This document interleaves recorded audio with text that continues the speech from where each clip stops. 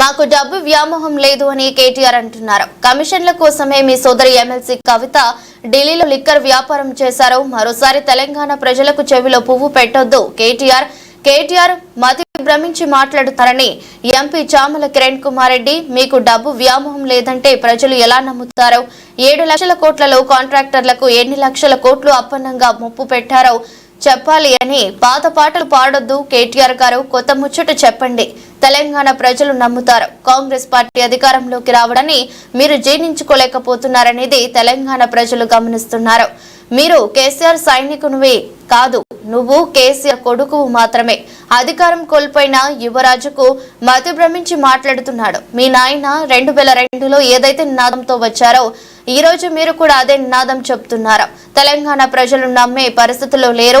దళిత ముఖ్యమంత్రి, ఉద్యోగ నియామకాలు కాపలా కుక్కని అని ప్రజలను నమ్మించి అధికారంలోకి వచ్చారని తెలిపారు. మీరేదో మాట్లాడుకుంటూ నేను కేసీఆర్ గారి సైనికుని అన్నారు. మీరు కేసీఆర్ గారి సైనికులు కాదు, మీరు కేసీఆర్ గారి కుమారులు. కేసీఆర్ గారి తర్వాత రాజ్యాభిషేకం చేసి రాజు కావాలనుకున్న యువరాజు మీరు. సంవత్సరం క్రితం ఎప్పుడైతే అధికారం కోల్పోయారో యువరాజు రాజు అయిదామనుకున్న యువరాజు మతి భ్రమించి మాట్లాడుతున్నట్టుగా క్లియర్గా అందరికి కనపడుతుంది. ఈ మతి భ్రమించి మాట్లాడే విషయంలో మీరేం చేస్తున్నారంటే, మీ నాయన 2002లో ఒక ఉద్యమకారునికి వచ్చి ఆ రోజు ఏదైతే వాయిస్ ఇస్తురో అదే వాయిస్ మీరు ఇస్తుర్రు. ఎందుకంటే మీ నాయన అదే వాయిస్ తోటి ముఖ్యమంత్రి అయ్యిండు, అదే వాయిస్ తోటి 10 దోసుకుండు. ఇప్పుడు మళ్ళీ మీరు వచ్చి అదే రీల్ వేస్తే ప్రజలు నమ్మరు. ఎందుకంటే మీ నాయన అప్పుడు నా ధ్యేయమే నేను ప్రాణాలు అర్పిస్తా తెలంగాణ కోసం, నాకు కానీ నా కుటుంబానికి కానీ అధికార కాంక్ష లేదు, మేము వస్తే దళితుని ముఖ్యమంత్రి చేస్తాం, మేము కాపలా కుక్కలం ఉంటామని చెప్పితేనే జనం నమ్మి మీకు ఓటేసారు.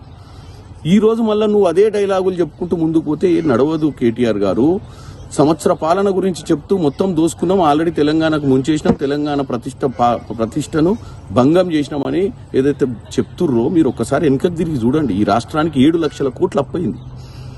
వాస్తవంగా ఆ డబ్బంతా కరెక్ట్ ఖర్చు పెట్టి ఉంటే ఈరోజు ఉచిత విద్య, ఉచిత వైద్యం, ప్రతి రైతుకు రుణమాఫీ, రైతు బంధు, ఇన్ని రకరకాల స్కీములు ఇవాళ ఇంప్లిమెంట్ అయ్యేది. హాస్టళ్లల్లో మంచి భోజనం పెడుతూ విద్యార్థుల భవిష్యత్తు తీర్చిదిద్దే విధంగా ఉంటుండే ఈరోజు మనం. కానీ ఎందుకు లేదు? ఏడవైన ఈ డబ్బంతా ఇవాళ మీరు ఎవరికో వాళ్ళ కొడుకు, వాళ్ళ బామ్మర్ది, వాళ్ళ వీళ్ళందరూ అని చెప్తున్నారు. ఈ రోజు నేను ఒక్కటే చెప్తున్నా, మీకు మన కుటుంబం ఏం చేసిందని ఒక్కసారి చూసుకో.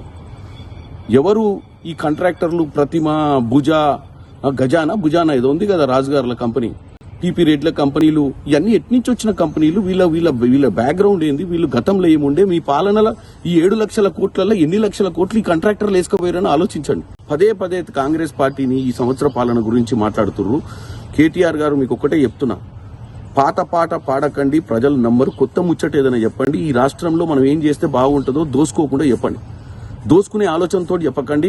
మళ్ళీ ముఖ్యమంత్రి కావాలన్న ఆశ నీకు ఉండడంలో తప్పు లేదు. ఎందుకంటే నీకు ఇందాకనే చెప్పిన, నువ్వు సైనికుని కాదు, యువరాజు అని.